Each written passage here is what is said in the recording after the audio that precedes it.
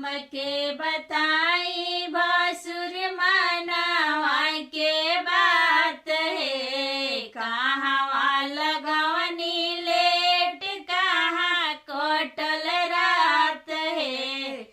हमके बताई भसुर मनवा के बात है। कहाँ लगवनी लेट कहाँ कटल रात है। हम तो नेवता भेजले रहनी इंटरनेट से। भसुर साले आईनी लेट से। हम तो नेवता भेजले रहनी इंटरनेट से।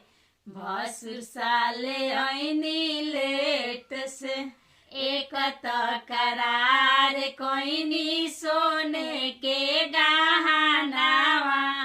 मड़वा में लेके आईनी पीतल के गहनावा। एक तो करार कोइनी सोने के गहनावा। मड़वा में लेके आईनी पीतल के गहनावा। भैया मार के भागाव इनके लाठी से। भसुर साले आईनी राती के। भैया मार के भागाव इनके लाठी से। भसुर साले आईनी राती के।